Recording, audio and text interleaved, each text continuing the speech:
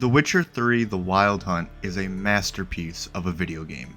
It is among the very best that this medium has to offer, and it is a game that I avoided playing for over 10 years. I actually did get The Witcher 3 at launch way back in 2015 and was excited to get lost in a massive RPG, and I went home, went into my room, told my Xbox to turn on, Xbox on. and I played for about an hour and said, nope, I don't like this. And I went back to GameStop the same day to return it. I still remember the look of disappointment on the worker's face as he asked me multiple times if I was sure I wanted to return it. He gave me every chance to change my mind, but I made the terrible decision to write the game off for over a decade. This is my official apology to The Witcher 3: The Wild Hunt.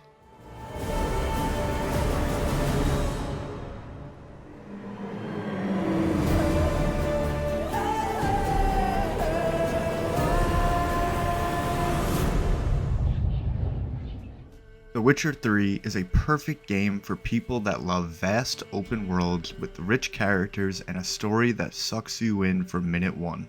It might seem daunting to play the third game in a series, but CD Projekt Red does an incredible job at introducing you to the world of The Witcher. Geralt suffers from memory loss from past events, so this game serves as a perfect jumping on point for new players. And they do a great job at providing all of the necessary information to you. Thanks to fantastic writing and voice performances, it never feels like exposition dumping. It feels natural, and I was always engaged with the topic at hand. I'm not going to go into the story spoilers, so I will keep things surface level in that regard. If you are a fan of reading fantasy books, you owe it to yourself to play this game. It is an epic fantasy book brought to digital life. It's got action, political intrigue, magic, romance, and a fully fleshed card game that I admittedly did not play because if I did, I would still be halfway through the base game. There are memorable characters, from the titular character Geralt of Rivia to one of his many love interests Yennefer to the charismatic Dandelion and political schemer Dijkstra, the mighty Krakon Krayt, and the Bloody Baron. The list goes on, and that's not even including the standouts from the 2 DLC expansions. This game features some of the most well-written characters in all of fiction, and if you ever need a refresher on a certain character, you can just head to the character glossary and read up on their history as it updates the more you progress. The Witcher 3 is also a really deep RPG with countless decisions to be made in dialogue and different ways to handle combat. Much like another huge RPG like Baldur's Gate 3, your dialogue choices matter and greatly affect not only the current quest, but future quests depending on the different outcomes that you get. CD Projekt Red does a great job at making each decision feel in character to Geralt depending on what side of the coin you want your Geralt to be on. This made it difficult at times to make choices because a lot of the time it felt like he could respond with any of the choices and it would make sense. I started with the story and the characters because I do believe that this is the game's biggest strength.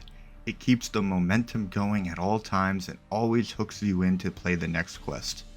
Whether it was a main quest or one of the countless side quests, I was so impressed with how invested I was in all of it. This game really has the best side quest in any video game I've ever played. They feel like they were given just as much love and care as the big main quest. A lot of other games' side quests usually just feel like fetch quests or just there to pad the playtime, but here it feels important. And when you go out on a walk or ride around towns, you'll hear NPCs talking about your good deeds, or in some cases, your controversial decisions. The world feels so lived in, and the music perfectly fits the tone and creates this great atmosphere. You're on this epic journey, but you're also still a Witcher, and that's going to require you to help out civilians in need of your assistance. I take a look at the map in this game, and it's still filled with question marks and side activities to take part in. This really is a behemoth of a game, but it doesn't demand that you do everything. I didn't feel penalized for not finding every treasure chest or every place of power, but if you're a completionist, you'll be playing for at least 200 hours. I put in roughly 130 hours and I feel full, but still excited to jump back in when the next DLC comes out next year. I really haven't talked about the actual gameplay, but that just goes to show how much I enjoyed the story, characters, and world.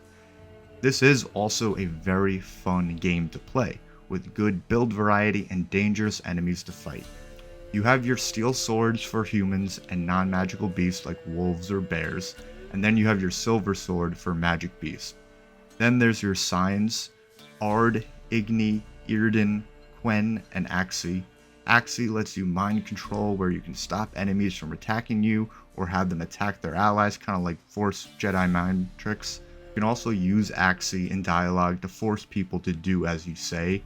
However, some people are smart enough to realize what happened and confront you about it. Quen gives you a protective shield. Yrden lets you set magic traps that slow down enemies in them and lowers their magic abilities. Igni lets you shoot fire. And my personal favorite, Aard, lets you blast telekinetic force attacks. In the Blood and Wine expansion, they introduced mutations, which is a whole new skill tree, and one of the skills triggers freeze when you use Aard, so I would just run into large groups of enemies and obliterate them.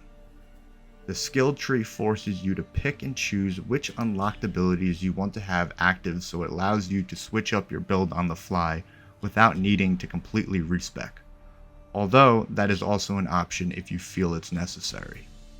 Then there's alchemy, which has you crafting different potions and bombs to use in combat, but on lower difficulties you may rarely touch this menu, but if you up the difficulty you will find yourself brewing up some crazy potions to help you. Then you gotta manage your toxicity levels, which is a whole nother aspect of the game. And you are of course a Witcher, and as a Witcher you will be taking on many Witcher contracts. This will have you tracking down beasts and eventually fighting them.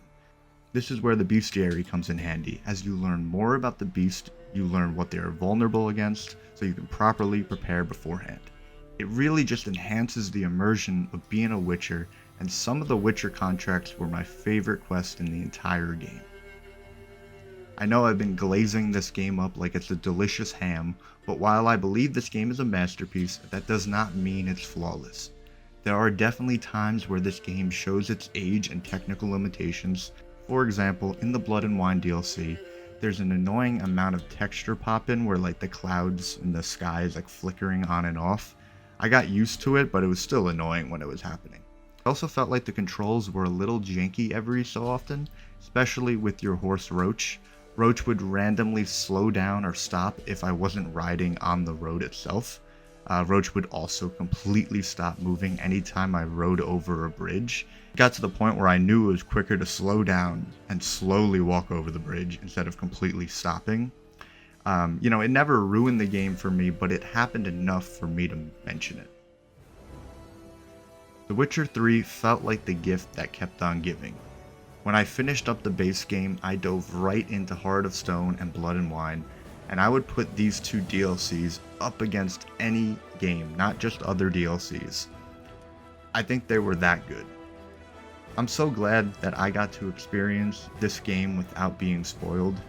And to The Witcher 3, The Wild Hunt, I hope you accept my apology, and I can't wait for our next adventure.